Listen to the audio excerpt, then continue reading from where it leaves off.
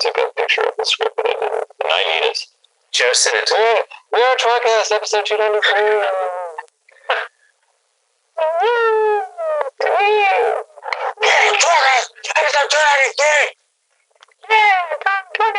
That one loud better? Was that louder? I think they're both good. I think I want to do them concurrently, yeah. Let's use both. Let's keep both. Yeah. Keep them both in there. Okay. All right, everyone shut the f*** up. Wheel of Time. Reread podcast. Explicit and R freaking rated. Jono's the wild card, always talking shit. Joe's the straight man. He's a total dick. Tom calls in if he's not too busy. We are tWoTcast! You're listening to tWoTcast, the Wheel of Time reread podcast. Now, I don't know why that just struck me as funny this time. Now covering Robert Jordan's The Wheel of Time. Book 3, The Dragon Reborn. With me is Jono. That's the part I forget. Jono! I don't flip back to the script. You forget the part where it says "with me" is Jono and Joe. Oh, hey man, hey Tom. I'm Tom. Study your mouth. Hey brother. What do you guys want to do for small talk? A hot 5 minutes? Let's do a hot 5. Yeah, let's do a hot 5 minutes on JCon. It happened. We got really drunk. We did not have a live panel. And although we and Jono did have the opportunity to go down to the lobby like many other podcasts and just sit in the lobby and record with ambient noise all around us, we chose not to because we're drunk professionals.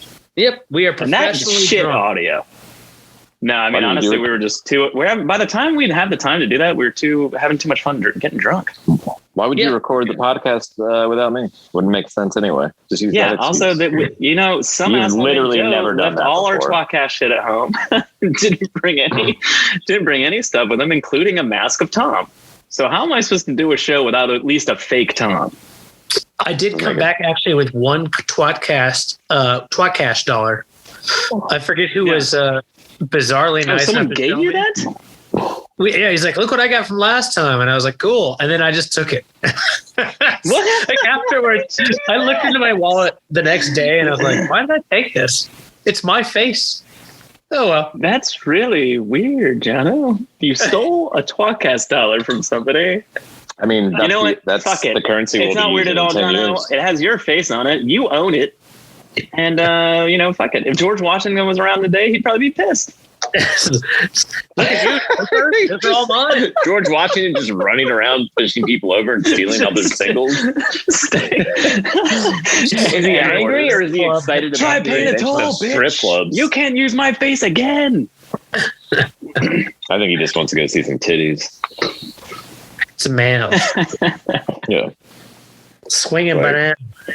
What do people use the singles the most for? Like G-strings? Jono singles? No, George Washington single dollar bills.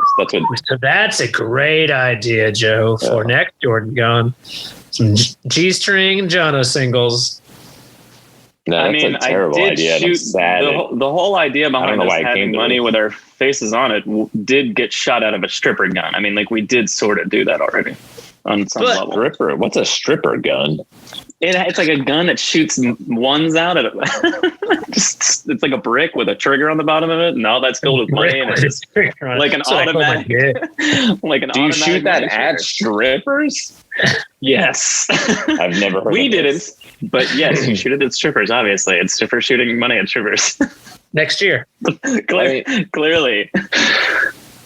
In my experience, you just give a stripper one single dollar, not shoot a gun full of dollars at them. What happens if you shoot a gun of dollars at them? I mean, do they get naked 40 times in 30 seconds? Just like, here it is. They run around in circles in their giant high heels that are probably made of glass with a goldfish in it or something, and they try to grab them all, and then they slip and die. Then you have a dead stripper on your hands. Well, everybody knows how to take care of it. But then you use all the extra dollar bills to mop up the floor. And then you sweep them into the back canal, just like Julian Sandar would, or anyone from Tyr, really. That was Alien that happened. Whatever, Alien, Tyr, Julian Sandar shit. Literally wouldn't be caught dead there. That's probably true.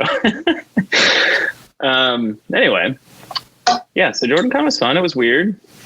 Yeah, it's weird that it's happening again in April, which is, I know it doesn't seem like a long time, or it seems like a long time. It's a weirdly short amount of time for someone that, usually you don't see those people again for a full calendar year. Well, the weirdest part is Dragon Con's in 6 weeks, and Con is only like 7 months after that. Like, I know that still sounds like, well, that's most of a year, which, yes, by definition is true. But at the same time, like the Jordan Con, Dragon Con, April, early September, calendar just seems to make sense. Like, and then you're like, all right, I thought of nerd shit for a while. Let's let's dial it back. Go to the beach for a couple of months over the summer. Yeah. Be normal people. Fucking thanks. And then we'll just ramp it right back up. Plus, we're doing. I'm actually very excited for a real. I'm hoping Dragon Con is like a normal Dragon Con. Obviously, who knows what the future has, but I'm fucking excited. Yeah, I'm excited, and if there's going to be a place on this earth that I would get the Delta variant, it would be at Dragon Con. Like, you're not going to get it. It'll be fun. You'll be fun. I mean, I won't die from it because I'm vaccinated, double vaxxed. But I'll get it. Oh no, I'm going to take a few days off of work. I guess. Well, the key is I can't give it to Lauren, dummy. Nah, she'll be fine too. Yeah, she'll be fine. Yeah, she's only carrying your kid. And you've already got one anyway. I know. I mean, why are you still waiting on a wife? Get a new wife. You've already had a kid with spread the wealth. Yeah. I mean, it's selfish at this point. I don't even know why you sold your old house 2 months ago. You could have kept that for another family. That's true. God, I fucked up so huge. I'll just go. You know what? I'll go buy it back. Support 2 mortgages, 2 families, and wonder why you're so agonizingly depressed and poor. Not that hard. Yeah, I always wondered how people did that. I was like, even if the opportunity presented itself as in, like, for instance, Tom travels a lot. I'm definitely not going to have a second family. Well, that's the 37 TV trope of, like, it's like the dad that travels a lot. It's not like it's the dad that has somehow 2 jobs. Like, I don't understand, like, where does the money come from? I don't get it. Well, there's also like I had to be like, hey, Lauren, are we really diving into this? Or not only am I traveling for 6 months out of the year, however, also suddenly I'm making half as much money. I don't know what's going on. Yeah, what is this tax? This is like Tom asks the best question of, are we really diving into this? Because we're doing this? We doing this right now? 3. Spoiler warning. Joe has 2 families. So this is our episode covering the Dragon Reborn written by Robert Jordan, part 14, chapters 54 through 56. Thank God. I honestly wasn't sure I'd read the right ones and made the notes. That was right. So let's chapter 54. Get into it. Into the Stone. It's an everyone chapter. And it's called Rooftops of Fear. The first question is like why are you asking questions? Questions come after Tom's recap.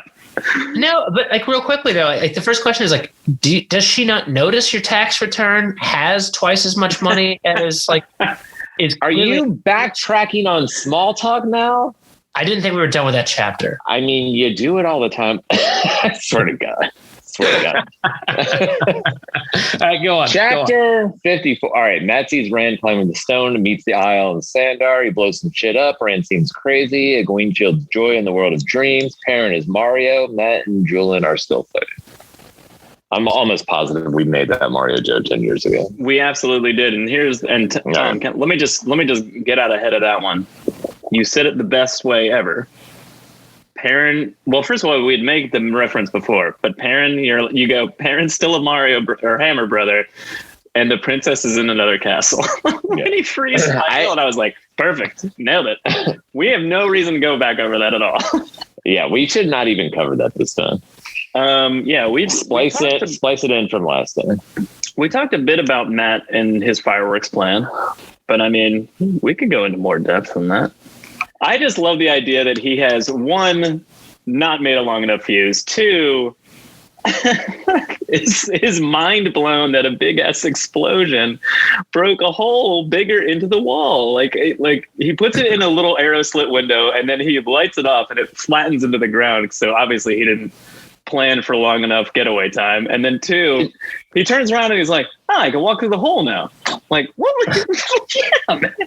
He just thought it was gonna like distract everybody and he was gonna slip in the side door. I think he literally thought fireworks were just going to shoot off of like the side of the Stone of Tyr, and then eventually guards would be like, "What's all this racket?" Is Matt and his fireworks why all the Isle managed to get into the stone and like? That's an excellent question. I don't think so.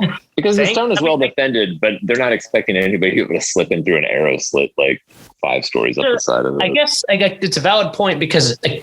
First off, it's so much to why is he fascinated by this? Like, you think for the guy who's clearly the most brilliant military mind as an American for 2,000 years, he'd think fire, explosion, burn. Just kind of like it seems kind of obvious that it's going to make a hole, and he's just staring at it like, well, that doesn't make sense. Yeah, what a hole! What a hole! And then he just drops right to the basement, gets covered in green shit, slides into the paint cans. But at the same time, I love this season. I love this part here because, like, first off, like everyone's climbing in the dumbest fashion. Like, it's not just Rand. There's all the Aiel, and he's just kind of like. So there's we learn later there's like 300 Aiel or something. Yeah, how did Rand 3 to 4? Is there a sunroof or something? Like a trap door? Yeah, it's a moonroof. At the top? I understand. Like he was climbing. No, I think the windows are wider way up high. Like they're not just arrow slits. And I think he was like, Matt was even looking at that as an option. And he was like, well, yeah, but that's like 100 spans to the ground. Like he was like, God, climbing that's going to like kill me if nothing else. Yeah, just to get to a window that's like wider open. Well, once I think that's where Rand went to. It's like halfway. It's not flat necessarily, but once you get to the top, like there's battlements, right? Like where you can walk. So like it's a wall. So like once you climb all the way to the top, which is again another 100 feet from this, just sheer. I think our mental images of the Stone of Tyr do not match up, Jono. And I think we found this out 10 years ago. But mine is literally that it's just a big round stone. Yeah, that's what I think of too. But more sheer, like more like. Like the front of Stone Mountain, but not the side. It looks exactly like the racist shit on it. Like a column with a arrow slit. And there's like one door at the bottom, and that's the only way in. Yeah. Also, it turns out the people of Andor and the people of Tyr, actually on that note, are the most impenetrable fortresses in the history of the world. No one's getting in, and then just one guy's like, "What if they climb it?" What'd you say? No one's climbing from one of the arrow slits. And then, what are they climbing? And then Rand goes to Andor and climbs a wall, and he's like, "Well, I'm in the palace." And then he goes to Tyr and climbs a wall. He's like, "Well, I took the Stone of Tyr. What's next?" Took the Stone of Tyr. Got right in. Also, no one saw me in the hallways. Apparently, well, we don't know that for sure. It is. He could have beaten up many people to get to the heart of the stone. By Perrin and Matt and I think everyone sees him. Everyone sees him like hurry past a corner or something like that, but like no one actually like sees him. One of Rand's past lives, like in the circular nature of time here, is like in our current day at the gym, just the guy that goes to the rock climbing wall every day. That's how we find him. He's actually the guy always walking out of the rock climbing wall, because you saw him briefly when you like checking in, like scanning your card, and then he was leaving. You're like, what? Because he's never seen really rock climbing. He's always just finishing the effort. Very interesting. He's already in the manager's office. I have to. I mean, so one of the ways that the stone has never been taken is obviously not from a small guerrilla force. So that's interesting. That no one knew was there at all. That's another thing. 300 Aiel just running around on rooftops for nights on end, and no one sees them. So I mean, like, they're ninjas. No, that I know that part's not surprising. The part that they got 300 people into the city with no one seeing them, that's shocking. And the Stone of Tyr isn't expecting to defend itself, is what I'm saying. So they could get their force really close to the Stone of Tyr without even raising an alarm. Anyway, the point being is I feel like the only way it hasn't been taken in X amount of years is because like they're well aware when a fucking army starts getting anywhere near them. You know, like there's been other battles that leads up to that or whatever. I think it's just like traditional. You know, I mean, are you being logical about this? Armies. Look, you've got the Dragon Reborn, explosives that no one's ever seen before, and ninjas. Yeah, I love. It's a recipe for you're losing your fortress. It's a perfect storm. Have you ever seen that movie? Great. It's a good point. It's 3 storms. One's named Rand, Perrin, and Matt, and then they collide together, making this gigantic storm. And they call it the perfect storm.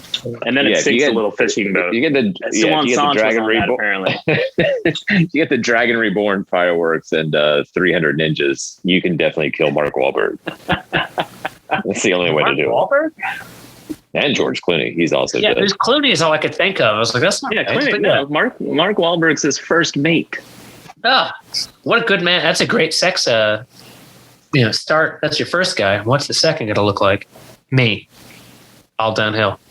I do love Donnie Wahlberg? Yeah, all right, well, that's pretty that's not good. I love that, Matt. A new kid?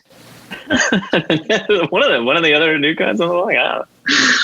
When Matt throws himself, realizes he can enter through the arrow slit, and he's just like, oh, I'm in. And then all of a sudden has to fight 20 dudes who are all mesmerized as fuck because just been fireworks going off. His first thought is, this was my decoy. God damn it. Yeah, but I mean, he also, he rightfully so. So he looks at Julian Sandar, who may or may not arrest him with their fake prisoner routine. Yeah, I can't blame him. He looks at a hole in the wall and goes, well, I'll take the hole in the wall. It made sense, but also it is hilariously funny that he's like, oh shit, people to fight. Right away.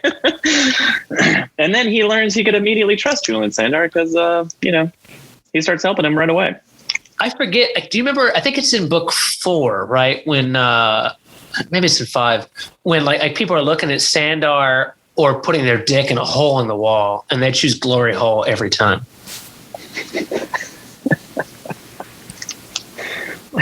It's at a Valamuka circus. I'll accept that. It's the fucking just silk fucking circus tent. That's the miraculous dick sucking wall. Just a hole cut in the canvas. Elaine's on the other side of it holding a red rocket. You know what? I didn't say it. I almost did. It's one of those boars too, like the boar horse. It's sucking your dick off. All right, let's talk about Egwene. What? I thought we had a lot more to talk about on this. Jesus Christ. I'm kidding. That's fine. Do that. It literally cuts to her after Sandar joins Matt. They start fighting. Do we have anything to say about the thieves, the Aiel conversation on the rooftops? I guess it's kind of interesting, but other than that, I guess we talked about it 10 years ago. That's because I'm sure our readers go back and listen to episode 12, or whatever number it was. I'm glad Gaul is there. That's all I got. Well, this whole thing is a who's who of Aiel, later on too. Actually, Tom summed that up pretty well 10 years ago too. He's like, these are the cool kids, and they always hang out with each other. And no one's allowed to eat lunch with them. It really makes sense. A few of them go to lunch Two Rivers for a bit, but this whole thing to me is perfectly if you fuck this up, and again we'll talk about it for our Patreon comp. But if you fuck this up on video, wow, for the show, this is. Are they going to record this TV show on video? No. It's so visually just evocative and imagine. I can just easily done, right? It doesn't have to really. How do you render this? It's a dude on a rooftop getting into a brief fight. Well, they're on the rooftops slowly lead up to the inside of the wall, which I also think is hilarious because then you're just it's not even that hard. Matt barely has to jump up on the wall. He literally pulls himself up. That's it. He just goes, and I'm here. But remember, the guards didn't want me up here. Whatever. But that's the wall of the actual city technically. The actual to get to the city wall that leads right up to the Stone of Tyr, where he walks along it and sticks a fucking thing in an arrow slit. But typically somebody would be there to shoot you with an arrow. Yeah. That's True. I wonder why there wasn't. Luck? Did it at night. But anyway, so to your point. So that's what I was going to say sort of earlier, and I kind of didn't touch on it, but this is mildly serious. Maybe they also weren't expecting somebody to have a grenade. Well, true, but I mean, the defenders, like, they're there to defend the stone, and I get that and everything, but I feel like most of the time they could just be, like, training and hanging out. Like, they don't really have to, like, man every fucking arrow slit because they're not being attacked, and they haven't been in a gajillion years, you know, and they're not worried about it. It's what you just said. If there was an army, somebody would be there, but otherwise, like, someone would be there, but otherwise it's expecting some random person to walk down and, like, be able to fit through the arrow slit, and again, nobody knows shit about explosives. So, Jono, what were you going to say? Oh, just exactly that. So go on. Oh, I wrote he blows open the arrow slut. I wrote that wrong. I do think it's funny that the Aiel disappear like Batman style. That was kind of cool. Just a giant glory hole in the entire thing. And I can't fucking wait for that's what an arrow slut is. An arrow slut. That's what I just said. Yeah. I can't fucking wait for that because in the book it's fun because it's easy for us to be like, haha, that's like Batman. We're comic book nerds too. But then you watch that on a show, that's unmistakably a Batman move. You know, like you can't see somebody disappear on a rooftop. I mean, they're never going to show it. They're just going to, whoever fade into the shadows, look to the left and then turn back around. They'll be gone. Yeah, by definition, just like Commissioner Gordon, Tom. Yeah. So this is just a question, and maybe I read this wrong, but Ruark, when he hears what Sandar does for a living, he's like, "Oh, I was a Red Shield, or am a Red Shield, or something like that." And he's like, "We do what you do." So, like, are the Red Shields like the police of the Aiel? Like, what like is the that? Military police? Yeah, I guess. They talk about that. That's one of the things. Maidens of the Spear are kind of like scouts, that kind of thing, like at the front. Okay. Yeah, like each society has its own kind of like purpose.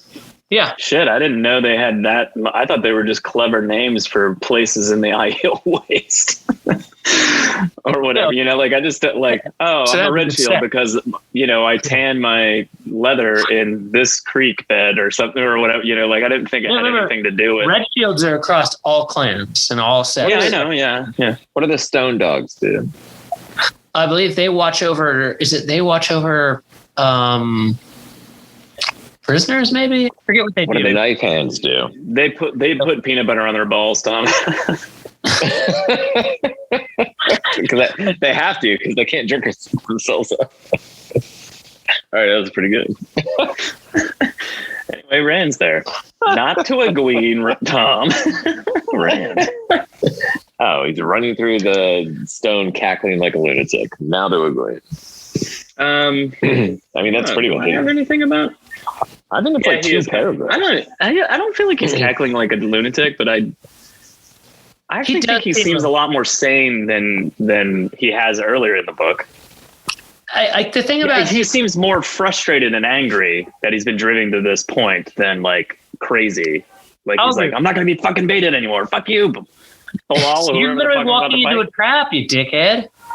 No. Yeah, no. Well, I don't know if he seems like crazy. Maybe I misinterpreted that. Anyway. Tell me I'm wrong. I mean, you're fucking wrong. Well, to be fair, I skimmed it. Oh, okay. Oh, I don't disagree with you. I've got my note literally is Rand climbing kind of crazy, so I'm not going to disagree with Tom. I mean, I don't know. I just got the feeling like it was made to make him look a little feverish, but not like too nuts. Like he's just he's getting a little more manic with every second of this until he can finally touch Calendor and kills the Alzamon, and it's just like, oh shit, all right. Oh, spoilers. I said that. Oh, Battle of Gazanda's not coming in? Yeah. Also, Rand died at the end of the book. What? Egwene. Don't worry about it. She's in the World of Dreams. A little bit of PTSD. I wrote, dreaming of Randmat and Wolf Perrin coming. We are coming. I just like, I like that she quickly goes into the world of dreams, because when she wakes up, she obviously doesn't look good. I do not like to read about ugly women. Is that just me? No. I mean, studies will show by attractive people that's true. Let's make sure we're on the same page. Yeah, I feel like this is one of those things that, to me, as a giant nerd, and I think that I'm sure, actually, I'd rather consult myself 10 years ago, because I feel like 10 years ago I knew more than I do now. And that's the right trajectory for alcohol. Agreed. What did I say? For you, not for me and Tom. We're fine. Yeah. What did I say 10 years ago? Getting smarter. Oh, what? Finish your thought. Just like how weird this dream situation is, because does it really make sense? And do we see another example where Amico alone can hold all three of them? That's not, unless that's a talent, kind of like one of those chicks. She could have been like maintaining a weave tied off, right? Though. All right. Well, real quick. All right. They don't really know what they're doing yet. I don't know if they could break through a shield, and if they're already shielded, maybe they're just. She could probably maintain it. So I don't know. Based on our numbers from the White Tower scenes with Matt being healed, Neve can outchannel 5 people while holding Vora's Sarangrial. We also might be jumping ahead because we don't see Amico till the next chapter, right? No, she's here, right? She's here. Yeah. Oh, no, it's the next chapter. Wait, who's she grab here? Joya? Oh, yeah, she shields Joya in the Heart of the Stone. Which I initially was I didn't remember the details. Rand and Ishmael immediately jump into the world of dreams and start fighting. I was really, just like in my brain, I like to pretend that Joya just got like ripped apart in that fight. I would love that. So fucking just like something, just like balefired or something. Like she's just like frozen, stuck, and Egwene's like, see you later. And then like suddenly Rand and Ishmael are fighting, and they're like, no! Like just shit going unleashing hell. Just no. Their fight is visceral as fuck too. Like well, we'll get to that, but so this to me just seems a little bit kind of like, can they not grab it? What is it? The idea of going into the world of dreams to accomplish? Well, first off, all 3 of them, yes, they're not at their full strength, but there doesn't seem to be a real like talent necessarily for breaking a shield, as long as the shield is just a normal shield, right? Can't they just maintain shields? Couldn't they like create a shield? Like they do it to Logain later. Like 10 Aes Sedai shield once you're shielded, and then 1 just holds the barrier. But I don't know. I don't remember but it's using the weaving of. But I guess there's a question though. Like, let's say I'm a full Aes Sedai, and yes, you've got a lot of potential. Could I not just tie off 3 different shields because I'm no longer made to weave? Maybe that's it. Yeah. Very possible. I don't know. Yeah, I think they just know more than the girls at this point, probably. Which actually brings up a fascinating question. But that's also a dangerous gamble, assuming you know more than them. Yeah. But why not have your strongest Aes Sedai, or Andrin down there? Just like tie off channeling, like just tie off weaves over and over on prisoners. It's just be really kind of like a funny idea of like. Yeah, so Rand also figures this out way later in book 6. But if you tie off of a shield, there's not. It has weak points. Yeah, but if you like maintain it, then it's not there. It's just like the surface of glass or whatever. They're there, but they're palpable. Is the issue? Like the channeler, like who's holding the shield, can feel it. Yeah, fair enough. I don't know. I feel like that's just way beyond anyone. Let alone these girls, and like they weren't maybe not even considering that, because there's been no one that's been anywhere near able to do that in God knows how long. So like maybe that's the longer we've actually talked about this, not because you guys are helpful at all, especially Tom, but just talking out loud does make more sense. Yeah, I think it's really, really, really, really stupid that she didn't kill Joya. Yeah. Also, I don't know. It would have taken Egwene, not that she hasn't made those initial steps down a dark path, but it definitely would have solidified that dark path.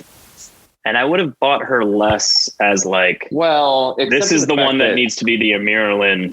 If you don't get rescued, there's 13 Black Aja and 13 Mirdraw coming. You kill one, you're in the clear.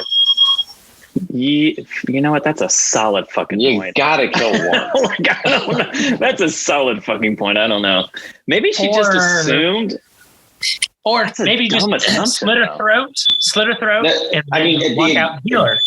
Yeah, I mean, the exact moment you think you've got a chance to take one of them out, you have to do it.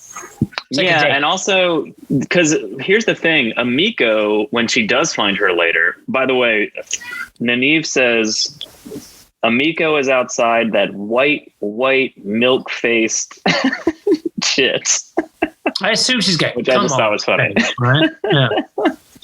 I mean, piece of human garbage. Now give me some fucking enchiladas. I initially thought it would be a bad idea to kill her just because I'm like, well, she's like just suddenly dies in front of another black Aes Sedai or something. They're going to know something's up and they'll go down. Yeah, because like either I think that's a danger and something could be, and she wants to get closer to the cells. But here's the thing. Your best move is definitely to make sure there's not 13 black Aja. Yeah. Right. Fair. Yes. Totally fair. However, the closer she is to the cells and actually quote unquote helping them, the better. Yeah, but at that point you're taking a chance. Still doesn't make any sense. Yeah. I might be able to escape. Knowing what we know and knowing what happens and finding Amiko later, that's the one you kill. Obvious move. Yeah, however, you don't know that's going to happen at this point in time, so just kill Joya. Yeah, I completely agree. Oh, so yeah. And then once you start, get them all. I do wonder what it looks like too for like Joya there, shielded and held, that kind of thing. In the dream, I love that like Egwene actually shields her, holds her, shackles her, whatever you want to call it, and then ties off a third weave for beating her briefly. That's literally makes me think of like that's Egwene. That's Egwene being captured by the Shan, like PTSD brain. Like that's perfect, and I love it. Every time Egwene acts like that, upon those feelings, I'm like, yes, revenge. It just reminds me of like someone in boxing training of like just like the two arms just constantly hitting the thing over and over and over, and that's all that's happening to these women is just like bam, bam, bam, bam, bam, bam, bam, as their faces just kind of slap back. Oh God, it's faster than I thought. It could be slower. It could just but either way. Jono, I literally wrote she beats her FYDY. Oh, that's good enough. Fuck yeah. Anyway, she ties them off. She leaves her and goes to the cells, and we cut to Perrin. She unties the beating weave, which is what I use on myself. But yeah, I tie up and untie very quickly the beating weave every day. I think I do it twice a day. That's it. You're probably not tying it off for long enough. Tying it off right now. Has jaws in his throat and he crushes someone's throat as a wolf and then turns into a human and spits out blood. That's something I want to see. Yeah, no shit. I want to see a fucking wolf rip someone's throat out and then turn into Perrin and go and be like, holy shit. We don't talk about this enough, but what the fuck? Yeah, that's fucking awesome. I mean, so many dislike Perrin, and I'm just like, he's kind of like Wolverine. I mean, he is badass. Yeah, I mean, I don't later. I mean, and this doesn't. He definitely does not come into fruition of the Wolf Dream types parts of his powers until way later. But like when he's fucking Slayer in the last like book or two. He's full-blown Matrix superpowers. Like, the shit that he's doing is, like, it's going to be insane. Like, they're going to just be, like, leaping off of, like, buildings in Tar Valon and smashing buildings down and then keep going to the next city. It's going to look crazy. And he does spend a lot more time whining than Wolverine does. That's true. Well, I don't know. Wolverine whines a lot if you watch that night. Yeah, that's true, too. Interesting. Yeah, I guess he's a big whiner in that 90s character. Plus Wolverine and Perrin both wear fur capris. I mean, upset. Same guy. You guys want to jump to Matt real quick, and then I'll do the recap for 55? Yeah, we already talked about this. He finds Fio, and then he's a Hammer brother, and she's the princess in another castle. We did it, Jono. Let's go. Wait. Hold on. Before, just say what you want to say so I can do the recap for 55 and then get back on the elevator. I'm kind of fascinated by these poor soldiers that are fucked over to be stuck in the world of the dreams to guard that Terangriel piece. Like, that's not really something we talk about too much. When do we ever fucking talk about it? But like, there are some guys who are just stuck here having to guard. I think you're literally doing the stormtroopers on the Death Star joke from Clerks. Yeah, I just kind of feel almost bad for them, right? Yeah, to your point, that is kind of what they are. But they're it is stormtroopers on the Death Star. That's kind of what they are, but they're in the wrong fucking. These guys are contractors. These contractors. What about the guys building the vents? They were expecting just some guy from like the poor section of Tyr who got a job at the Stone, trying to do right by his family. So read the short story of the guy that came home and told his mom he finally got accepted into maybe they were chosen for the wheel. I'm a defender of the Stone. It's his first day, and also, actually, now I want a Lethal Weapon version of this. There's a rookie and a guy that's retiring tomorrow, and then Perrin just shows up and bites his throat off. Yeah, and then it just scars him. And then finally, there's the Matt point of view. We had his retire. Oh wait! Is the Matt point of view where the guy that's too old for this shit sits down on the toilet and Matt's rigged it with fireworks? That's exactly what happens. This is an avalanche of shit. I didn't mean to interrupt you, but it was too perfect. It's totally fun. So the Matt point of view is, again, it's fighting High Lord Darlin, which doesn't fit with anything we see later on with High Lord Darlin. Darlin becomes the king of Tyr under Rand's intended rule. Yeah, but that is like a year and a half or 2 years from now or whatever. Oh, beautiful! This seems like more of the this Darlin seems like more of the snot-nosed pieces of shit High Lords that he gambles with in the next book. You know what I mean? But no, Darlin. Darlin I'm saying this doesn't seem like a Darlin to me that he's fighting currently. It seems like one of those snot-nosed pieces of shit he's gambling with later. Right. You're right. I misunderstood. You're 100% right. Yeah. He is challenging him in the fight, but don't call me to the point where he doesn't think he's going to win. No, so there's that. At all. I think that makes. Well, actually, it doesn't, because Darlin is not a great fighter. We see that later on, because Darlin doesn't really seem to be someone who's that interested by Rand's. He fights. What's his name? When Peyton Fane attacks him in the same camp, but Darlin doesn't seem to be someone who's was a great fighter, and Matt is a very good quarterstaff. Yeah, but it's tight hallways. They're going deeper into the stone. He doesn't have a lot of room to maneuver. I don't know. Still, it's I guess that lightsaber fight between Obi-Wan and Anakin, where they're just going down that small hallway and just all the sparks start coming down. Except it's a stick. Watch that right now. So, of course, there's another, as Tom mentioned earlier. Well, hold on. Darlin says he wants to watch them get skinned, which I thought was pretty fucked up. I mean, that's fucked up even for a High Lord that fucks with peasants all the time. That's pretty fucked up. No. I mean, I wouldn't say if I was a High Lord, I wouldn't have someone skinned because, they're peasants and they deserve it. But I wouldn't want to watch. They're not real people. Yeah. Well, that's true. I mean, anyway, Matt wins. Yeah, Matt wins. Rand goes strong and by. And then the dumbest, I hope this does not make it do anything, is Matt puts his fucking weapon over his shoulder and bonks someone in the head. That's luck, buddy. That's amazing. All right, 55. Let's do it. Chapter 55 is what is written in prophecy. Everyone, I wrote, and then they're at the Stone of Tyr, obviously.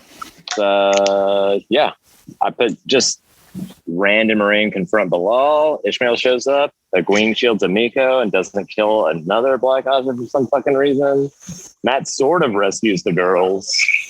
Perrin rescues Fail. Rand kills Ishmael and takes Calendar. That's the most straightforward fucking recap I've ever done. I don't even think there was a joke in there.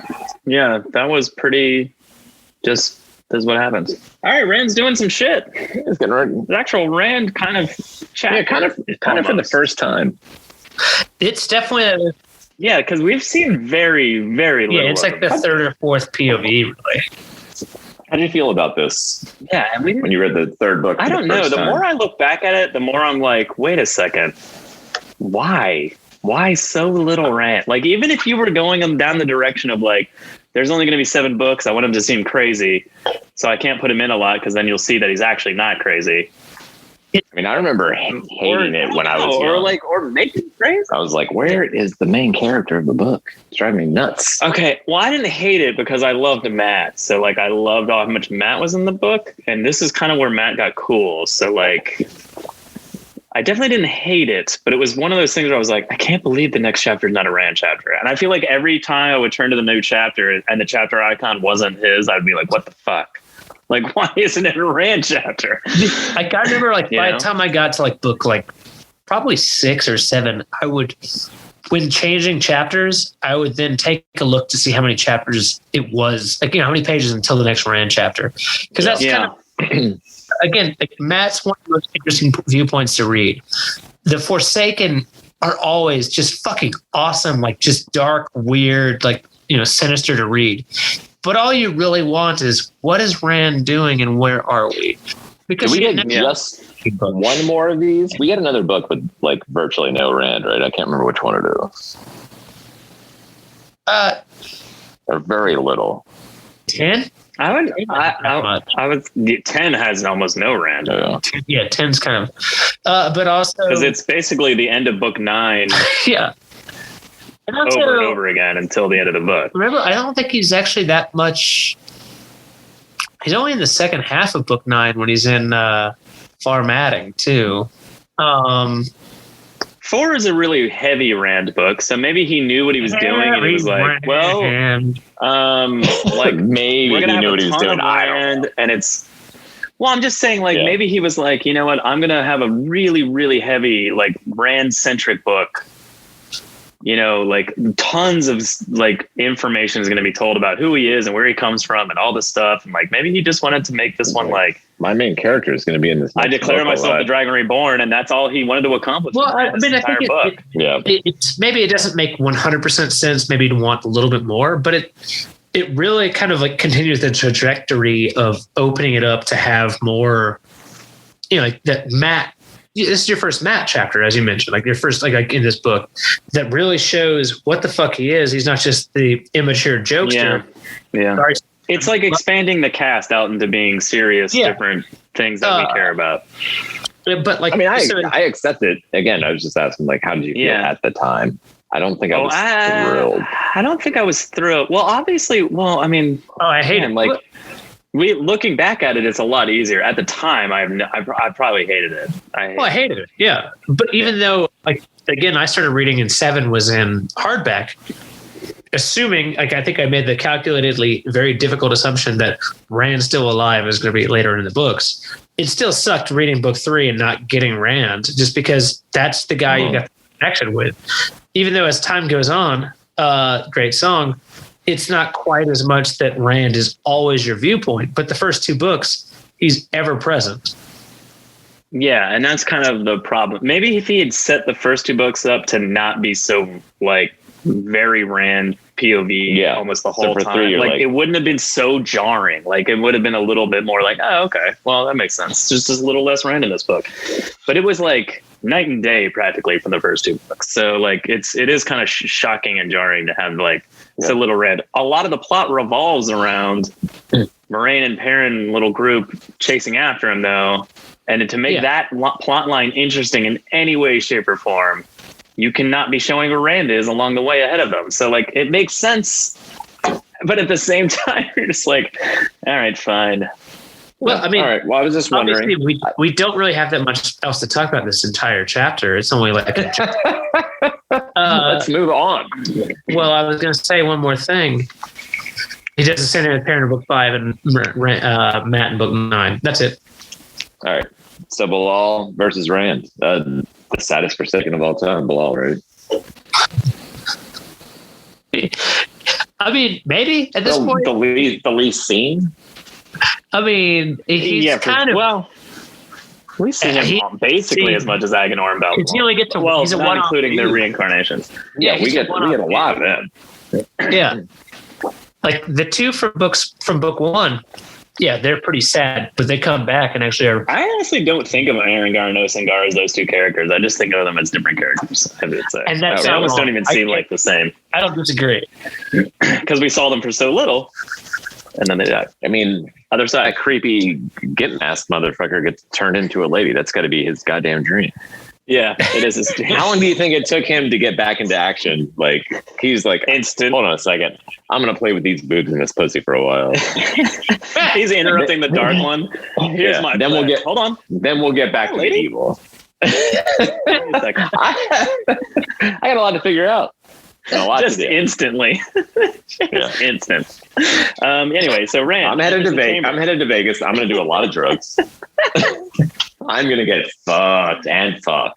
Maybe that's what happened. Like, was actually revived like right around like a fucking book ago, book 2, and it was several books still before like old Diddlehole came back. Like, I'm saying that, but we do see him get resurrected and like lose his shit because he's a lady, which is a bummer. He should have been more excited. Yeah, I really would think he should have. Well, I feel like that was almost like, this is a mystery who this is. It's not. Should have been like, 24/7 tits. Let's do it. I'm in. And you're like, oh, it's obviously Gimp Mask. Either that or he's been unable to use his penis for 10,000 billion years, and then he comes out and he's like, I can finally fuck somebody in my Gimp Mask, and he dies immediately. He's like, God damn it, bring me back to life. I want to fuck. And then he gets brought back with no dick, and he's like, dick falls off. Shit. All I wanted to do was fuck son of a bitch. Last thing trying to Bill Cosby to Dave at the Eye of the World did not work. Green Man pocket pussy clipped it off of him. My God. Anyway. Yes, Kalendor revolves in the center of the heart of the stone, and we made a lot of disco jokes 10 years ago, so let's move on. I mean, I don't. That's hilarious. I didn't even occur to me. We're so cheaper than we were a decade ago. We may have, like, we would be at 100%. Like, what are the effects of alcohol? Unintentional trial right here. Can you make those jokes? No, we forgot. No, we forgot. We forgot about it. I would have forgotten. Too. So, I want to clarify that for everyone, for all our viewers. I just want to clarify. I also would have forgotten. Bilal is forever John Travolta's tomato. Oh man, this is perfect. Hey, when they get to this part in the show, do you think it'll be like Guardians of the Galaxy and they'll have a dance off? Maybe. How serious is? But instead of being the hero, it's Bilal, and he's like, "Dance off, bro," and Rand's like, I mean. And then just kills him. I'm doing it to myself. No, Moraine goes, no, and kills him. Yeah, and that's it. Actually, the stone at the end of the Guardians of the Galaxy and the way he dies is not dissimilar to Bellfire. So, actually, all right. I feel like we've covered that part. We know. It's Guardians of the Galaxy. I had forgotten was that Rand has had tormenting dreams of the girls being tortured. Like, I'd kind of forgotten that. It's not really, again, you don't see Rand's fucking point of view other than a few like weird ass dreams by fire. So like his kind of like mental, you hear it a few times in the way he speaks to like Perrin when Perrin's really there. Mm-hmm. Like he's not like, not you too. And he like blasts him with balefire or whatever. Exactly. But you don't really know the gravity of like what he's been going through. So that explains a little more about his mental state. You know what? There you go. There's a Rand chapter right there. Just show like a dream chapter where there's like, you don't know where he is on the road, so it doesn't ruin the Moraine Perrin following behind a mystery part of the book. But you get to see a little bit more psychologically of like how he's being broken down. Yeah, that's it. Solved it. Bilal plays Dreamweaver for himself. Was he sending Rand fake dreams? Yeah. Of them being tortured? Yeah. Okay. Yeah. Because every time Rand like cuts it away or cuts it down or gets rid of it, that's why when Perrin actually appears before him or Egwene actually appears before him, he immediately doesn't think it's real and he just like attacks them. You're dead. You're dead. Lincoln. What? I didn't. I mean, are we worried about Rand in the fight, or we just want to cut to Moraine Balefire in this guy? Well, I think real quickly, I think it's interesting that again to the world's who's probably the like Bilal really gets like 7 pages. No, not even like 4 pages.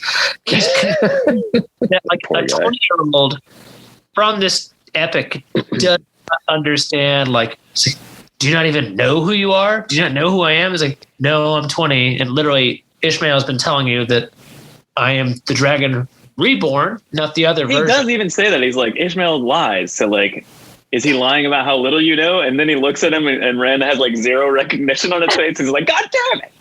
You don't even know who I am. I don't know you, bro. About this. We used to say I wanted to fucking murder each other.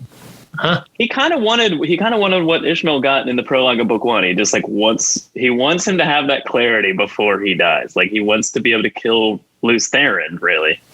I get that. With the knowledge that he's the one killing him. Then why didn't he do an early power move to get Kalendor? Like, should have waited a little while. I mean, he's not. Again, if it wasn't for Moiraine literally striding in at the right time, it would have been his, because he is a better sword fighter. He kind of just fucks him all the way into the center, where all he can do is grab Kalendor. Now, of course, the question is, what would have happened if Rand had grabbed Kalendor? Because clearly, devastation. Ishmael was ready for it, and still was not ready for it. And was not ready for it, yeah. So, I don't know. I think he would have won. Yeah, I think Bilal would have just been fucked over too. But that doesn't. Because Ishmael was also fucked over, I think Bilal definitely would have also been fucked over. Agreed. Moraine's intervention really only brought Ishmael out of hiding, almost, in a way. Like that was him going like, "Oh, now is my opportunity. Ready." Bilal's gone. Do you think Moiraine killing Bilal like changed her perspective on what the Forsaken are? Like she was like, "Oh, I can kill these motherfuckers," or is like the way she's treating Samael and then Bilal in this book, almost like they're omniscient and just like absolutely fucking unbeatable, like minor gods. Like, yeah. Because we don't see that again really after this. Yeah, well, and if anything, well, I mean, in the next book, she learns how and when she dies. So, I mean, kind of changes her perspective no matter what. Completely. Yeah. So, but I mean, if that wasn't there, then yes, I agree with you. I think she would have been like, I can handle these guys. This whole book, they're always just like, I mean, they're like, I can't even believe we're in the same city as these guys. We need to run as fast as we can. They're running. And it's like, all right, the Forsaken aren't really that scary. But remember, one of the reasons, it's not the only reason, but one of the reasons that Bilal is so dismissive of Moiraine in general is because someone was caught in the hedgehog, right? Like that. He thinks that she's done. I don't know. He knows it's her right away, though. He just but what's he saying? He says, "I thought you were done." Kind of like, you're not supposed to fucking be here. And while he's in the middle of the world's dumbest fucking, again, to continue on, speech from an arch villain, she walks another 10 steps and they'll fight. He's in the middle of a dance off. Hey, I'm still talking here. Technically, he never even started his speech because it was ended before he began it. Because he knows what's coming when she Rand looks around and goes like, "Was I just fighting somebody?" Weren't we His about last to start words a dance? were, "I ran into your hand." Wait, did he? Did it? I don't even think I saw the hand anymore. It's very confusing, Joe. I really wish Bilal had made more an effort to cut off Rand's arm so he could skin it and make a Rand glove and get Kalendor for himself. I really like that plan better. I like that plan a lot better. It's such a better plan considering that what happens here? Ishmael enters. Yeah. And then we cut to Egwene not killing somebody else. And real quick, Ishmael enters, and all of a sudden the fight begins. Oh yeah, then Rand gets Kalendor, and then Ishmael flees. So that's the actual end of this part. Rand getting Kalendor is fucking awesome. We mentioned this 10 years ago. Oh, sorry, John. Go ahead. Kalendor, go. It's meant for fucking TV pretty much, or movie, where he jumps to get to grab the weapon, gets hit with the apparently soul rendering kind of tearing you apart, and then convulses onto his dick, but his other hand convulses onto Kalendor, and thank God he's two-handed. Again, not later on. And all of a sudden, like, the hunted becomes the hunter is just 100% like, well, this was from many, many 80s movies, I'm sure. Robert Jordan was loving some of that. Either that or he's watched some weird porn. And all of a sudden, Rand becomes the aggressor. Do you think Semirage has a time machine and she blasted Rand's hand off to try to get Kalendor and go back in time? I love that. That was the plan. It's just like another version of it where like he just jumps zero-handed at it and just fumbles it onto the ground. Catch that shit in his teeth. All right, try this one. Changing worlds. All of a sudden, Arya Stark trying to kill the Night King drops it to the second hand, which there isn't one, and then gets killed by the Night King. I was muted and laughing. I'm sorry. I don't know what to do with that. No one gets billed for it. Anyway. Neither did the writers of that one. It is fucking amazing. And also, I want to see it. Sick burn on that. Anyway, so like you said, the target. So Egwene is in the stone, and the stone is ringing, which, as we all know, is Perrin. Yep. Which, again, goes back to, like, we don't see him every single time, but he's saving Fael over and over again, apparently. Because, like, every time he's smashing something with his hammer. He's on World 7-3. Yeah. He's almost to the end. What's funny is, like, if you didn't put those together... It's almost a Bowser's Castle. You would just fighting Iggy right now. You know what he did? He jumped around. If you guys remember, you can use the shortcuts to get around to the top. The pipes. He's breaking the bricks. You gotta get a warp. You get a warp pipe down. Whip, whip, whip. That's 4 down. Wow. Why don't we see the chapter? Where Holy shit! What if the end of this? What if the end of this season is just like Mario scenes cut into and his parent? That's the world of dreams. and like very poorly edited his face just onto Mario. It's not even done well. It's like a bad South Park joke. It's just Rafe. It's just Rafe Judkins playing Mario. Fix it in post. Fix what in post? You're just playing Mario. Wait. Almost in the end. Right it off. We had an X $1 million budget. Oh, what do we do with it? We got some no-name actors that no one knew who were very talented, and then we bought a bunch of IP from Mario. What's that? Exactly. You're gonna get it. Trust me, Amazon, you'll get it. It cost like $300 million to license this game for Nintendo. Oh man, did you see that movie, The Wizard? It is The Wizard. So what is there to talk about Egwene and Amico? Is it just that she didn't kill another person that might turn her into a dark friend? Yes, and this time the one that has them shielded. So again, I feel like the other one made sense. And in our brains, we're like, just kill her. But like, you're like, all right, it made sense. But this one, you're just like, this is the one guarding the cells.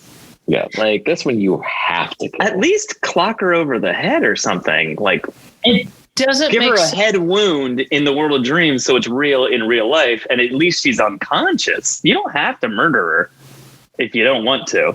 Yeah, but I mean, on the same time, Egwene thought she accomplished something by shielding her. So, hey, I'm one of the people that's planning to steal your soul. Literally. Well, I'm going to tie you up.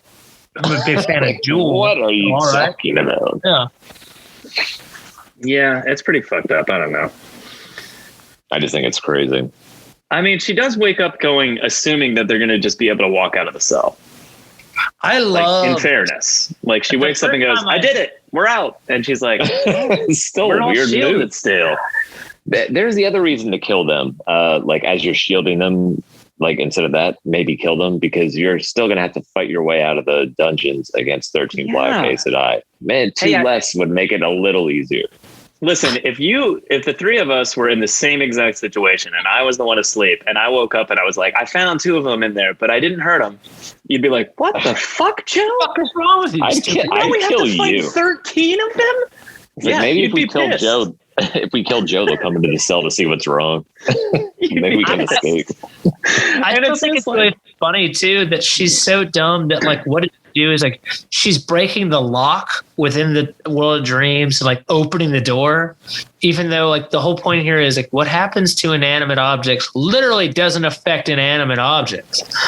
She knows, right? She knows this. And she wakes up and goes, "Yeah, she does." Yeah. Yeah. No, she knows that. She just thinks that I think she handled it in the world of dreams. I think she's suffering from severe CTE at this point. Yeah. I do love this theory. Like when we get to Elaine here, like I love this theory that really has a lot of evidence because at first she was rational and then wasn't. Yeah, and so is Gawain. Yeah, exactly. We don't really see Gawain again until the fall of the White Tower, and he chooses the wrong side. Like it's kind of fucking perfect. His brain's leaked out when Matt cracked him on the skull. He's not the same guy. Same with Elaine. That's what happened. I mean, it also just might be a guy that's just like, well, I made a decision and it was the wrong one, but I'm never going to fucking admit it, no matter what happens. But I think they were ruined. Yeah, I think we're next part. Where are we? I think their brains got scrambled. Maybe they were ruined and then they were healed back into a scrambled egg and not into like a normal. we basically flow from this part into Matt and Sandar sort of rescuing the girl. Yeah, which is a funny scene in the sense that like Matt so much doesn't want to hurt a woman, even though he just like murdered one. Like I don't know. It's also like it comes up so many times later. He's like, I saved you, and they're like, he's right, he kind of did. But then you read this chapter, like in hindsight, and I'm like, if she wasn't shielded and Matt turned the corner, he would have been blasted into oblivion. Maybe not. Well, I don't think he would have gotten. I don't know if he would have gotten by her. It's about. I think they did it together, and it's just never mentioned that way. Yeah, I agree with you. And also, Egwene was preparing to go back to sleep, in which case I guarantee she would have gone out of that hallway and killed Amika. I don't know. I guarantee she would not have. Yeah, she would have figured something. She would have done something, and they would have gotten out of the cell. Not killing people in the world of dreams than Egwene. I think she would have knocked her out, but I think that like funny is I'm pretty sure 10 years ago, and I love that there's the blanket. It's always 10 years ago, which is not always true, I'm sure. But like, I think the gap's closing. I don't know what it is though. So is my thigh gap. I was gonna make some like sort of audio clip that I could just insert, kind of like an Austin Powers thing that just says like time approximated every time we say 10 years ago. I love that. Anyway, Jono, I think when you said so is my thigh gap, you thought that was sexy, but I think it just means you're getting fat. Yeah. You're out of shape. Yeah, sorry, fat. You admitted it. Start running, Jono. Tom, by the way, I saw Jono at Jordan Con for the first time in a while. Fat? Gained a lot of weight. Oh, Jesus Christ. Shit. And he was like, hey, Joe, you look good. You look like you lost weight. And I was like, good. Same kid who said for you.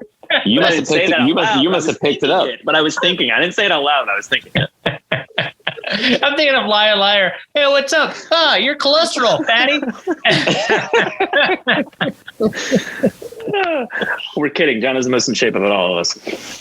So parent rescues fail. Well, hold on. Let's finish the Matt stuff because it does actually interest me. Like the idea of like, I as we all know, Joe and Tom are sexist as fuck, and I try to be a middle ground called sexist as fuck.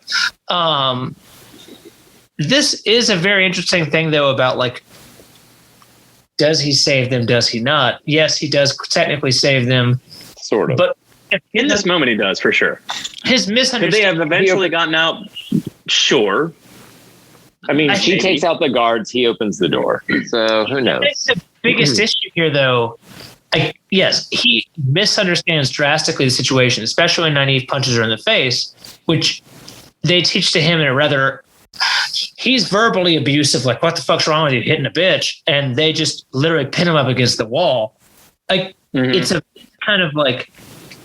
It's a real abuse of power, though. I mean, he's really just like saying, like, I can't believe you just hit a woman that could not defend herself. And then they're like, oh, yeah, well, I'm going to truss you up against the wall with the one power. that you have zero ability to get around. I don't know. I think that's part of the like a valid issue though. Is that's kind of like, thanks for being there, Joey. Is because like what he's done is obnoxious as fuck, right? Like if you were, I saved you. Like, oh my god, if you'd given us 6 more minutes, we would have finished it. We were 95% of the way there because if it wasn't for us, you'd be dead. To which the whole point is, well, if it wasn't for me, who knew if you would have done it? And then their response is just pin him up against it because he came there. I mean, Rand would have taken care of it otherwise. Probably true too, but he came there for them. Like they had nothing to do with him. Like that's a solid point. Like whether they would have gotten out by themselves or not, the fact is he's 1,000 miles away from where they think he is, and where is he at? He's opening the door to their cell because he knew they were in danger. Like that's. I'm gonna give him whether he was 5% helpful or 95% helpful in getting them out of that cell. That alone is like, it was the bar. I would have been like Nynaeve. I wouldn't have been like, why the fuck are you here? I would have been like, Matt, oh my god, I thought you were in Andor. Like, thank you. I'll give it to Matt 51-49. All right, 51-49. The fact is, even him standing there is saying a lot. Is kind of my point.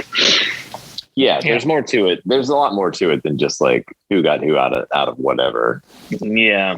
Anyway, basically he's like, hey, let's get the fuck out of here. And they're like, no, dummy, we have shit to do. And they they run off, and he's like, God damn it. And he has to run after them and go out. How dumb are those kids going to be? Yeah, parents didn't fail. He's saved her twice before this, but I mean, I feel like he's just lost count because based on how many gongs are happening in the Stone of Tyr, is that all unless he's just every time he hits a hammer. That's what he says twice. I don't know. I skimmed it. I read it a couple years ago. I'm in the middle of the world's slowest reread. We don't actually know if it's twice. It's at least twice, I think. Okay. So he's vague about it. All right. Yeah. But it doesn't matter because the point is, like Joe was saying, he's just been doing this over and over and he's getting weak by being there too strongly, which, by the way, interesting juxtaposition. I think this is one of the very few times that we've seen. I mean, how many levels are in Mario? 7, 8? I feel like he's done it at least 7. Mario talking about? How many stars does he have? I want to say 9. I think it's 8. It's 8. Is it Super Mario RPG? I enjoyed that. I mean, I'm talking about literally just Super Mario Brothers, the first one. Yeah, that's just Mario Brothers. That's not Super. That's just Mario Brothers. Get your terminology right. Are you out of your mind? What the fuck are you talking about? Mario Brothers didn't even come out in America. Talking about Super Mario Brothers, the first one. Not where Super Mario Brothers 2 when it turns out you're in the world of dreams. It's called Super Mario Brothers. Are you insane? I'm not saying there's not a game before that. I'm just saying the one we're referring to is Super Mario Brothers, and it came out on the Nintendo. I don't know why. I thought I was thinking Super Mario Brothers because of the Super and NES, and I was like, no, we want the first one. No, Super Mario Brothers 2 was on the NES or the Super NES. Joe. No, wait, that was on the first one. Yeah. Joe, keep all of this. Super Mario Land? Is that Super NES? Super Mario Brothers is the first Mario game on American Nintendo.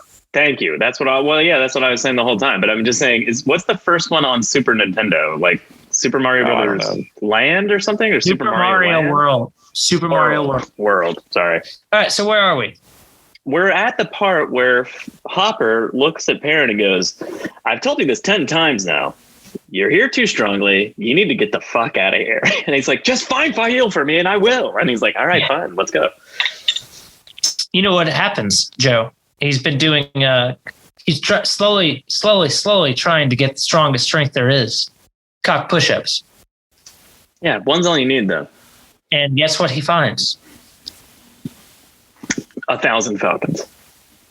Which, by the way, the cutting of 1,000 falcons could not be more representative of his marriage to her because she's the fucking worst. We mentioned this 1,000 years ago. I mean, by 1,000, I mean 10. But Tom said something like, "Why did he have a problem with all those ravens in the first book?" I was like, "Yeah, you could just walk through them.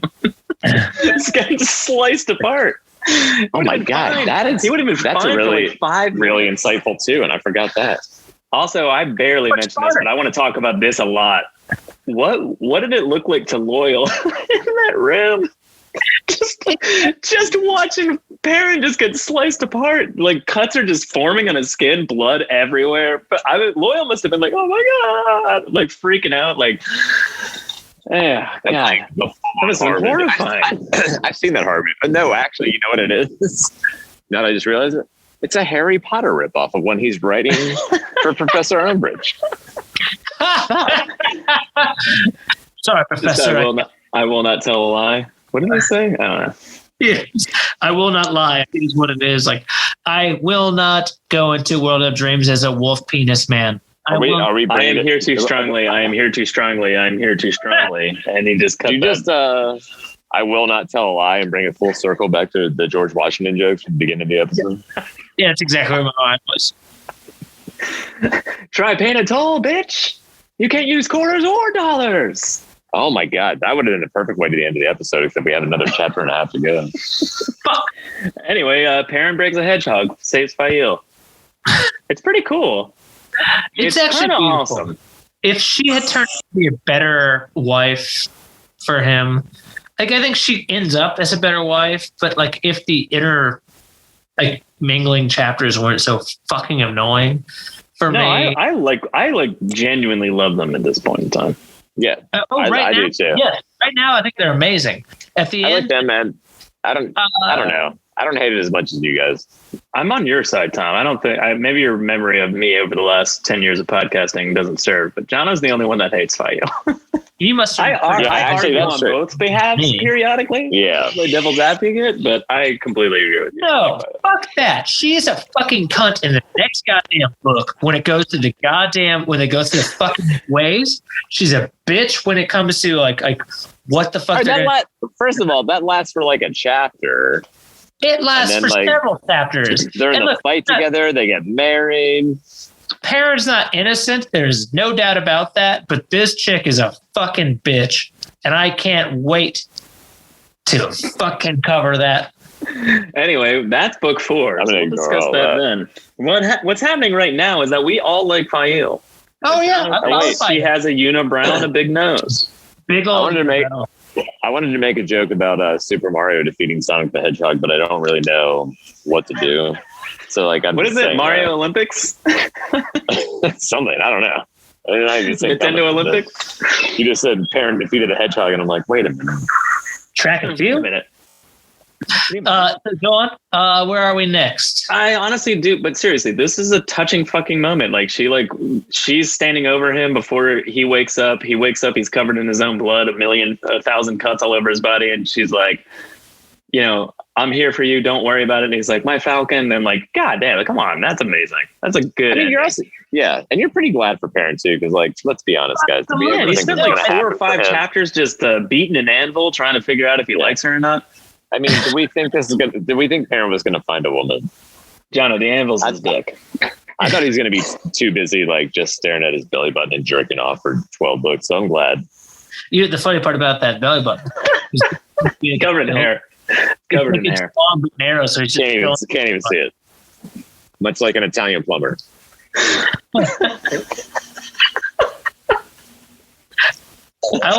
God damn, we're crushing this.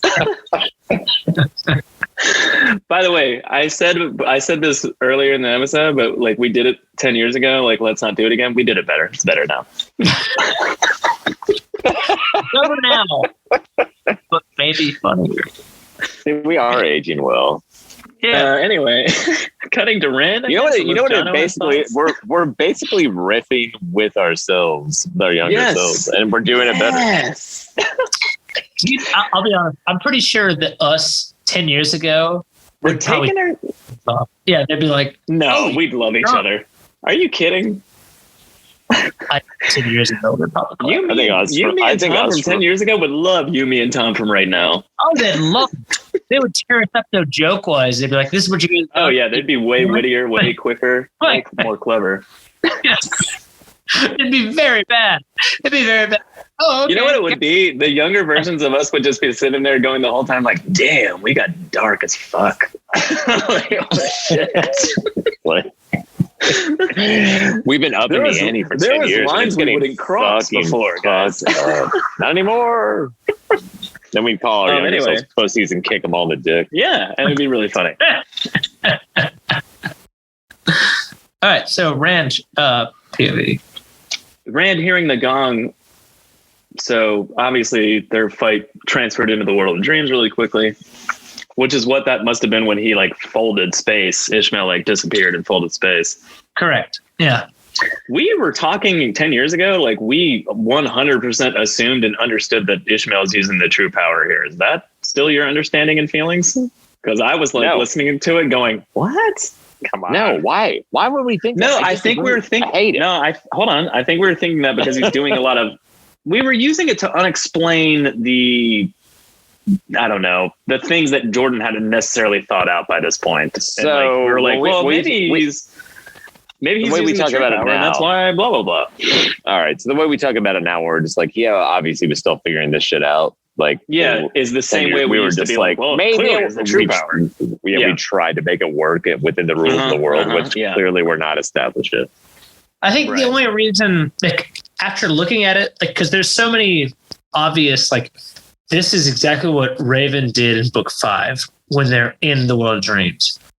Like, try to change the world. Like, you can't breathe. You can't walk through fire. You can't walk through molten stone. It's the same fucking fight almost. But the only thing different is the obvious, the black coils, like the black cables going to and from Ishmael or Ishmael. I always forget the A. And then secondly, at the very end, when the fight's about to finish, when he says, kind of like, I forget what he actually says, but like pretty much he says, "Dar she blows." Dar she blows. Shamael. No, but he says like, kind of like right before Rand jams his white whale right into him. Ram jam. I don't know why that's funny. But like it's like literally what's said though is like something like help me my lord, or like help me my something like that, and like more like dark power kind of like briefly finishes into his hand or grabs into his hand. Yeah, so I think he's using the true power. I think that's not that crazy. I'm not upset with the idea. It also feels like later on when Warden uses the true power that he was just gifted this like ability though. And it almost takes away from that later, like, I don't know, ascension into like, I really am ableist. We're retconning this because we didn't know about the true power before. I just don't think that's dare you. So again, I feel like it's maybe not so much the true power, but all the chords and the visual aspects of like the Dark One, quote unquote, helping him or whatever, is a little less true power and a little bit more like Robert Jordan going like, I just want something visual that you can see happening, but that doesn't necessarily make sense later. And he kind of cuts it out right away, like, and also it could all be part of the world of dreams itself. Like, yeah. And that's another point is like, we aren't in real Watt. We're in Dream Twat. Yeah, we're in Dream. That works. That was good. That was good. Dream Twat is what number is on my phone. Holy shit, we need to call the guys up from Talk Ranriad and tell them they need to change their name to Twata Ranriad, which is a way better name. Make a lot more sense. Anyway, he instinctively misses getting Balefired. Is he blocking Balefire with Kalendor? Is that what's splitting around Kalendor? Because that's fucking crazy if that's true. Yeah, I think so. I'm pretty sure it is too, which is insane. That's kind of incredible, right? Like it's such a bizarre, again, like just like the fight with Raven, just kind of like going through like, I'm sorry, real quick. Are you saying Raven or is it Rob? It's Robin, and he says Raven. Okay. I always like Robin. There's an H. Jono, the show is called That's So Robin. Let me apologize to our listeners and viewers. And honestly, they're viewers, Jono. What is it that's so Robin? Is it just rape? Actually, it's not rape. It's coercing older women to have sex with you. I was going to say the one power of compulsion. I made the joke earlier that Baltimore was Bill Cosby people, but clearly that's Robin. That's Robin. That's so Robin. It is so Robin. What's funny is like I had this same joke about like, well, that's clearly. I mean, it's Robin. one of the Dark One's three-pronged plan. Three pranged. Oh, pronged. Three-pranged. Bobby, not pranged. Yeah, gotcha. Yeah, prong. The Dark One has a prong for every hole. Headache, rape, weather. We know it. All right, so let's all right. Anyway, Rand. They're fighting. What's going on? Which, by he the way, stabs Ishmael. It's amazing. You know, we've talked about it ad nauseum in the last. also Ishmael is incredibly dumb at fighting. Like he did a great job. You know, I think he's losing it. I think he's losing it right now. I don't think he's been like a whole person since the fight in Falm. And I think he's a little fucked up. And let's not forget, he barely was even before that. Sangreal ever, right? Like this Sangreal is fucking nuts. Like you know, like you're literally fighting someone 50 times your power, with the exception of you're just more knowledgeable. Like 50 may not be the right number, but someone just so fucking like, you know, beyond you right now. So, you know, I have a theory. You know how there's like a black cord going off of one of the, I don't remember, it was Agron or about them all, but like in the, or no, it was it Ishmael? When did he see that in the first book? Was it the end fight or was it Ishmael before that? Yeah. At any rate. Yeah, that's right. You know, when you start going crazy later on in the books, it's like a black spider web on your brain. Like maybe all those little black cords are just more. I got to channel so much taint off of him to help him as the Dark One. It's just more cords. I don't know. It's just an idea. Let's return to that when we're sober. If he's going crazy, I'm just saying, like, if Ishmael's losing his shit, maybe he just needs more help getting the fucking taint off of his one power usage. And it's not the true power. You know, just a thought. It just sounds sexual at this point. He needs like 17 taint cords. That's all I'm saying. Anyway, Rand fucking murders him and he says, I am Rand al'Thor. I am the Dragon Reborn. And they all bow. And it's fucking awesome. Why you really did it. That's pretty much it. It's such I fucking love it. Like he kills him, and then all of a sudden they reappear in the real Stone of Tyr, and he's like, "I have killed Balsamon. Like, you know, bow to me."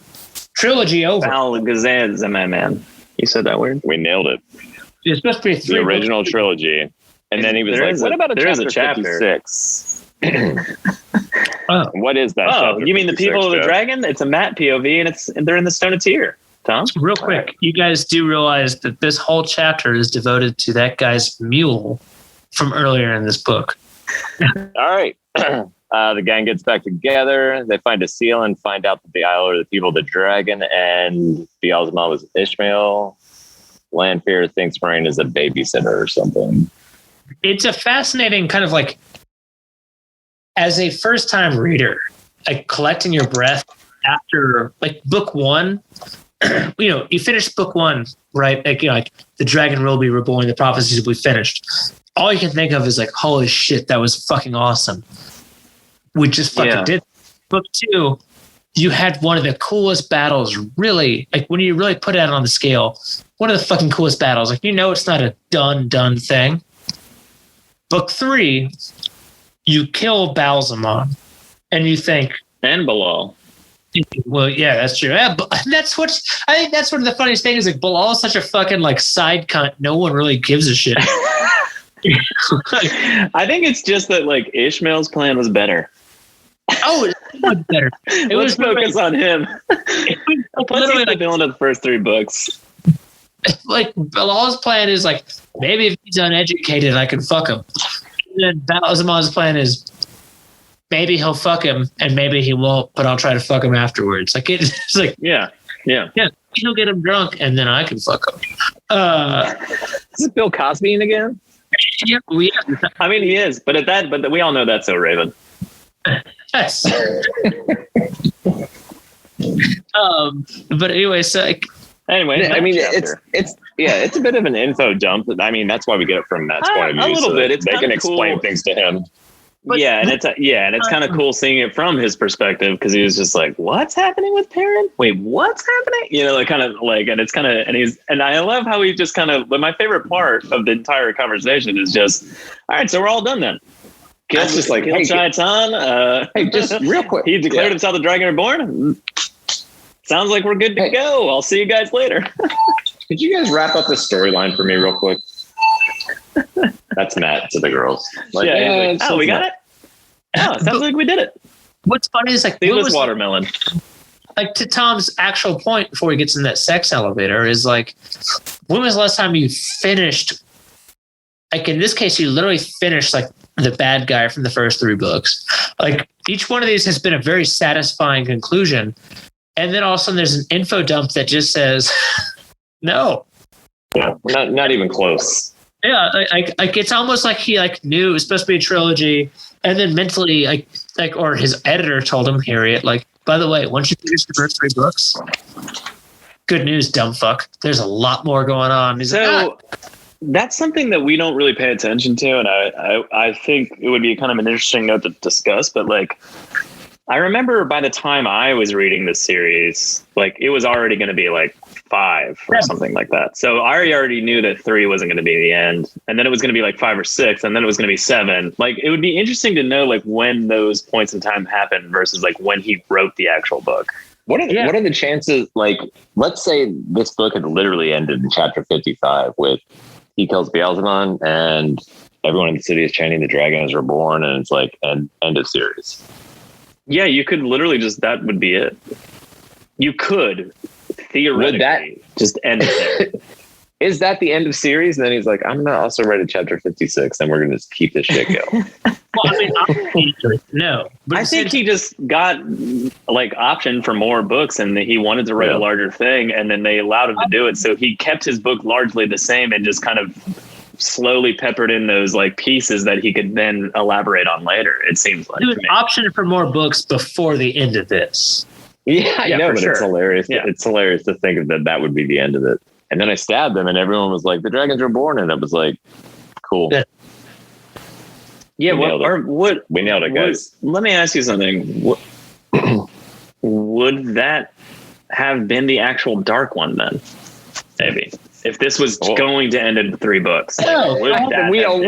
We knew well before this that wasn't the actual dark one. I just think it's hilarious.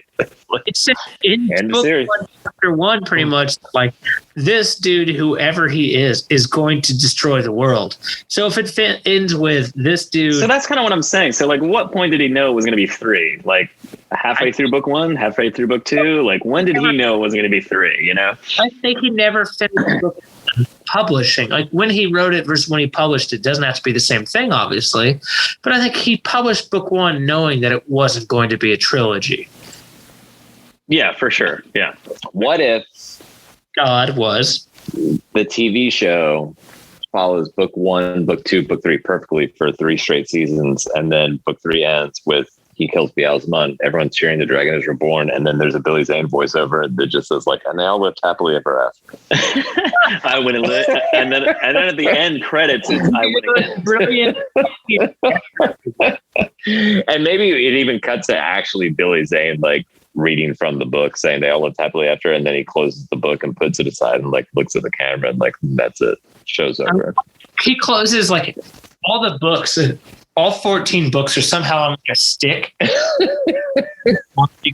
They all lived happily ever after. They all 14 close it. Yeah. Perfect. All right, let's finish this shit out then. Well, Moraine shows a seal that's unbroken, which is a pretty big deal. And this is, by the way, very frustrating to me. Oh, real quick, we missed the most important part. It's not at all important. We had who is of all the Aiel. Who is the people of the dragon? Yeah. Well, even before that, actually, Ruark says it afterwards. But we missed Ruark, Avienda, Bane, Chayed, Gaul, all mentioned here. Just kind of like, who the fuck else isn't here in school? Well, yeah, they're the cool. It's the Breakfast Club. Yeah, we already talked about them. But to Joe's point, like, none of the other Aiel get to eat at their lunch table. They're so fucking cool. This is the most erroneous. They're so cool. Do you think this group eats at the lunch table? They get in the car and ditch school and they go to lunch. Oh, yeah, I know. I mean, I know, but no one's allowed to come with them is the point. No, absolutely not. Only so many people can fit. Thank you. Like, They don't have cars. They just run. They run down the street to McDonald's. So this Lame. Moraine has found a couple broken seals, and then finds this one unbroken and assumes that all the other seals. I think that's actually kind of important because one of the things we kept bringing up in the last few podcasts was like, how the fuck does Moraine know this is Bilal and that one was Ishmael? Or I mean, not Ishmael, Samuel. And you're just like, it doesn't make any sense. Like, how did she know? Like, Samuel rules in Ilion, and you're like, how did you know it was Samuel? Did he say like, this is his banner flying behind him or something? Like, what the fuck? How did she fucking figure that out? I mean, how did she? No, but here's the key, though. Here's the key, though. Having a seal that is intact is a clear indication to her that the Dark One is not free, and that whatever Rand just accomplished is not what he thinks it is. And that's kind of an important fucking. I feel like she already knows that. Rand's well aware of the fact that the Dark One is free. The world. I think she has an inkling. I think she's very, very right about that inkling. But this is solid proof that what she thinks is true. Well, Tom, you were saying something before. What were you trying to say, Tom? About the Breakfast Club? Oh, okay, never mind. About her knowing that the world would be over if he was free for a second. Was it about my dick? I was actually trying to help you out because you and Joe were talking at the same time. But yes, your dick. But secondly, so I'll take over your dick. Just because you see one seal that's not broken doesn't mean you should conclude that. Well, the seals I'd seen earlier, those are the only two, and there are therefore... There's three, but yeah. Yeah, I'm sorry. Yes, there were three. Therefore, there are 4 seals still unbroken. This is the only one. No. I don't think she's concluding that the other seals are unbroken. I think she's just concluding that since even just one of the 7 is unbroken, then there's no way that the Dark One was the person that he just found. I disagree. I think she takes a very kind of, there's 4 more awake or 4 more unbroken. And that to me is just... Maybe. Let me grab the quote here. Oh, jeez, it's hard to find the actual right quote without me just... But anyway, you talk amongst yourselves. We got time. We'll wait. All right, so I want to wrap up a few other things while Jono's looking for that. So Jono and I were talking to the Leafcast guys on their show on Thursday before JordanCon, and 2 things came up that if we had literally had finished this chapter, I would have been like, these are the answers, dummies. But we were talking about Ishmael being bound, but you know how he dips out and dips in kind of thing, and he's not trapped, but he's not old like Agenor and Balthamol. He's not they were on the surface of the seal, and therefore got released first. I don't think he was ever trapped. So that's the key. She literally says never entirely bound here, and I was like, obvious answer. Why didn't you think of that? So then the other thing, what was the other thing? I don't remember. Anyway, so Matt kind of says Rand killed him. I saw the body, and then and says sound out loud. Yeah, and Moraine's like, that wasn't him. And here's why. And that's when she brings up the seals. Right after that, they're discussing this between Egwene, I think Nynaeve and Moraine are kind of talking about it, and Matt's sort of trying to follow along. And Nynaeve mentions she goes, I read a book that Varen showed me, and it was about a name behind a name, and maybe perhaps Bazal Gazamo man was Ishmael. Nynaeve or Egwene? Egwene says this. Yeah, you said Nynaeve. So Egwene says this. I think Egwene, Nynaeve, and Moraine were all talking at this point. But Egwene is the one who says, Varen showed me a book. Yeah. The book had some weird kind of prophecy inside of it.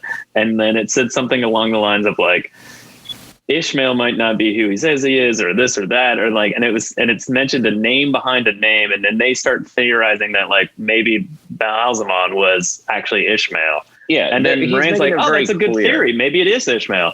And all I could think to myself at that moment in time was you don't know Varen's a dark friend at that point? Joe, you're so dumb. It's right there. I mean, I mean, come on. It's such a huge clue. It's a clue, but it's not that bad of a clue. Like, it doesn't seem like something that a Brownjaw, because she says it as it's a huge clue. You'll figure it out. Like, it's not like, listen, no one's supposed to know about it here, but Darren's Black Aja. And she's been giving us clues since the moment we met her. And that was a big one.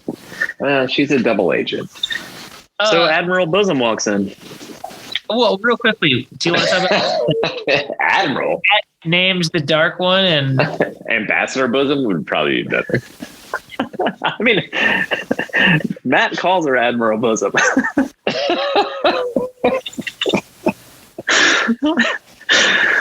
Sorry, Jono. It's an ambassador. Did you find the quote, Jono? I actually stopped looking. No, I'm sorry.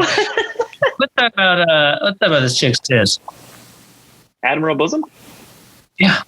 And she immediately makes a date with Rourke and the Dragon Reborn. Yeah. And then she hands them a note from Lanfear. And then Moraine's like, proof. And Nothing's over. Just Nothing's over. That's my baby. I'll come back for him later. Take care of my baby for me. I'll have him later. I'll wait till he's 40 or something. What's Lanfear's motivation writing this letter? I think as a way of, it's a really great question. I really do. The best part, just to fuck around with Moraine. And honestly, to kind of like, I feel like she doesn't really like to kill people. If you notice, like, she doesn't really kill people unless they get in her way. So it's almost kind of like you really have to fuck with her directly, and she doesn't consider anyone a threat. So like, yeah, maybe that's that's the best. I think it's just her being like, I'm just going to write them a letter and tell them what's up.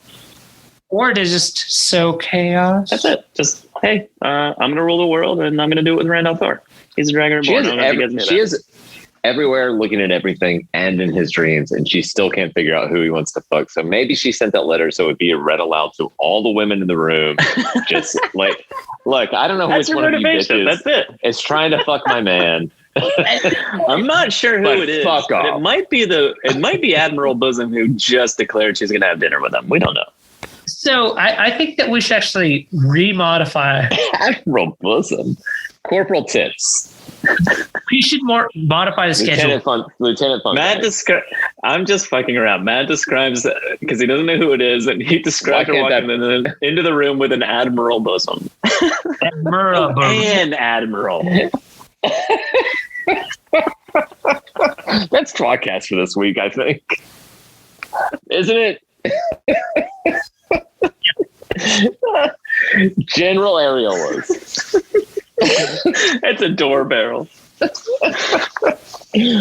Oh, I don't know. I have another slang for Lieutenant Cleavage.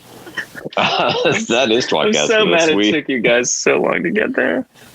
If you have any comments or questions, the best way to find us is on Twitter at tWoTcast. Listen wherever you get your podcasts. Nailed it. Fuck yeah. You can email us, twotcast@gmail.com. tWoTcast theme songs brought to you by Taffy Bennington at Sing with Taffy on Twitter and Anarchy101 on YouTube, and also everyone's favorite musician on hashtag Twitter of Time, Androl. And that's at Androl Genhold on Twitter and Androl Bard of Time on YouTube. We're on Patreon. Sometimes. We kind of are. We got a lot of Patreon shows we need to dump. Also, Jordan. You guys should cut a Jordan. Should have paid money there. Joe, do you have Patreon shows in the bank? Oh yeah.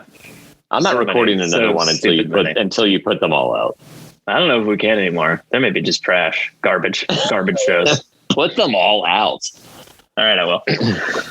I'm just that's how we'll do it. We're so far behind on Patreon, everybody, that I'm just gonna put like 7 shows out in one day. All right, it might be like 3. It's more like 3, but I don't know. We have made a great advertisement for Patreon. I feel like that covered it. It's pretty good. Join us next week for This Says We Don't Know. Lots of stuff happening. Maybe it'll be the Shadow Rising. I feel like it's going to be the Shadow Rising. I don't know. It might be the tWoTcast podcastathon, Tom. No, We it's might not have for a 24-hour podcastathon. I mean, that's not for a month. Week 4, we don't know. Sounds like we might be raped. Well, also, people keep talking to us about podcast collaborations. We might do something like that. We might do a few of those. We did a bunch of them back in March on other people's shows. All right, say goodnight. People might come on Say our goodnight, show. Jono. Good night, Jono. Joe. Keep the change, you filthy animals. I'm Tom, study your math. Among the first to start, the tWoTcast was so smart to lovingly bash our favorite books. But that was long ago, and now they've grown the show, and now they got us in their hooks. Don't throw coins to these bastards, they need bars of gold at least. Someone please keep them afloat. Now let's listen as they once again ramble through a book. Let's get the fucking quote.